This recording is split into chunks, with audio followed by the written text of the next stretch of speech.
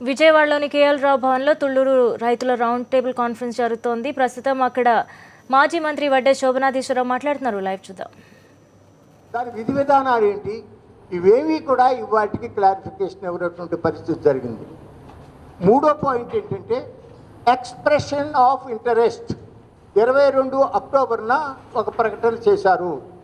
November 5వ తారీఖుతో closing date అన్నారు. ఎన్నొచ్చినాయి, ఎవరెవరు ఆసక్తి చూపించారు, చివరికి మీరు ఎవరిని సెలెక్ట్ చేశారు, ఆ సెలెక్ట్ చేయటంలో ఉన్నటువంటి రేషనాలిటీ ఏమిటి, వాళ్ళకి ఏ విధమైనటువంటి రెమ్యునరేషన్ పే చేయబోతా ఉన్నారు. సీఎం గారు సింగపూర్ వెళ్ళొచ్చిన తర్వాత మాస్టర్ ప్లాన్ తయారవుతా ఉంది అని అన్నారు. అక్కడ ఇఫ్సో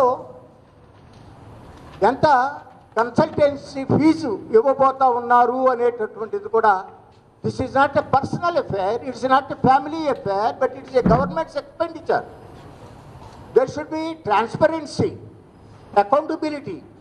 సో ప్రభుత్వం చెప్పాలా, మీరు చేసే దాంట్లో లోపం ఉందా, తప్పుందా నేనంటలా, కానీ ప్రజల మనసుల్లో ఉండేటటువంటి అనుమానాల్ని, అపోహలను నివృత్తి చేయవలసినటువంటి బాధ్యత ప్రభుత్వం మీద ఉంటుంది అనేది ఈ సందర్భంగా నేను మనవి చేస్తూ ఉన్నాను.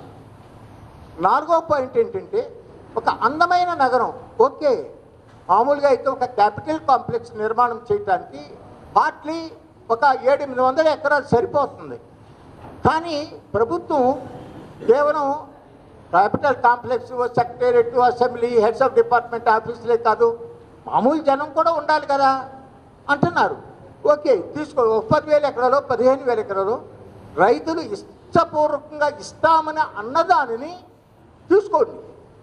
తీసుకుంటే, కానీ 3 పంటలు పండుతూ కృష్ణానది తీరమున పక్కమట ఉన్నటువంటి గ్రామాలలో మేము ఏమో ముర్రో అంటా ఉంటే, ఈవెన్ అక్కడ ఉన్నటువంటి అగ్రికల్చర్ లేబర్ కూడా అయ్యో మా జీవనోపాధి పోతుందని చెప్పి కౌలు రైతులు అందరూ కూడా బాధపడుతూ ఉంటే, దానిని మనం బలవంతంగా ఎందుకు తీసుకోవాల్సిన పరిస్థితి ఉంది అనేటటువంటిది కూడా ప్రభుత్వం చెప్పాలా. 5వ పాయింట్ ఏంటంటే మొన్న ఆంధ్రజ్యోతి ఆదివారం అనుబంధంలో చిన్న పుస్తకంలో రంగుల రాజధాని అని ఒక ఐటెం వచ్చింది. దాంట్లో స్పష్టంగా, సాధారణంగా అది ఎవరో ఊహించిన ఐటెం కాదు, లీకేజీలే. కృష్ణా కుడి కరకట్ట 100 అడుగుల వెడల్పున ఒక రహదారి, దానికి దక్షిణ పక్కన ఒక 1/2 కిలోమీటర్ల వెడల్పున గ్రీనరీ, ఒక పార్కులు, గ్రీన్ బెల్టు, అట్లాగే ఒక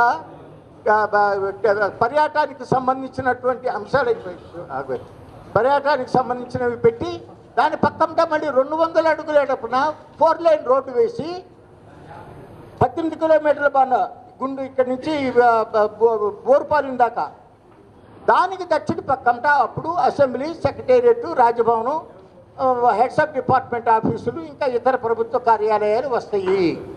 దానికి దక్షిణ పక్కన ఇప్పుడు ఎవరెవరి అయితే భూములు తీసుకుంటా ఉన్నారో వాళ్ళకి ప్రభుత్వం 1000 గజాలు ఇవ్వనివ్వండి, 1200 గజాలు ఇవ్వనివ్వండి, అందులో అరేంజ్మెంట్ చేస్తారనేది కనపడతా ఉంది.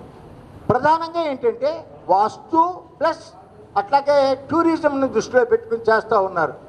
అది కరెక్ట్ ఆలోచన కాదు. కేవలం టూరిజం కోసం అని చెప్పి 3 పంటలు పండే భూముల్ని ఎందుకు ఇవ్వాలి? భవానీ ఐలాండ్ ఉంది, చాలా విస్తీర్ణం ఉంది. రెండోది బోరుపాలెంకి అవతల అమరావతి వైకుంఠపురం దగ్గర నాగార్జున ఆ రోజుల్లో విశ్వవిద్యాలయం, అక్కడ ఒక బౌద్ధిస్టు స్తూపాలు ఇవి ఉన్నాయి. అట్లాగే మరి అమరలింగేశ్వర స్వామి టెంపుల్ ఉంది, వైకుంఠపురం ఉంది, ఉత్తరానికి ప్రవహించే, ఓకే, డెవలప్ చేస్తే అక్కడ చేయండి. కానీ ఈ 18 కిలోమీటర్ల బారున ఈ పచ్చని పంట పొలాలని పాడు చేయొద్దు అనేటటువంటిది నా అభిప్రాయం. అంతిమంగా ఒక అందమైన నగరం కట్టాలంటే ఎంత నగరం కడతారు? విజయవాడ నగరం ఇవాటికి 15,500 ఎకరాలు, గుంటూరు కేవలం ఈరోజు కూడా 13,000 ఎకరాలు మాత్రమే. అంటే బెజవాడ, గుంటూరు జంట నగరాలకు మించినటువంటిది కట్టబోతా ఉన్నారా? దయచేసి ఈ ఆలోచన సరైనటువంటిది కాదు. A smart city need not be so big. ఒక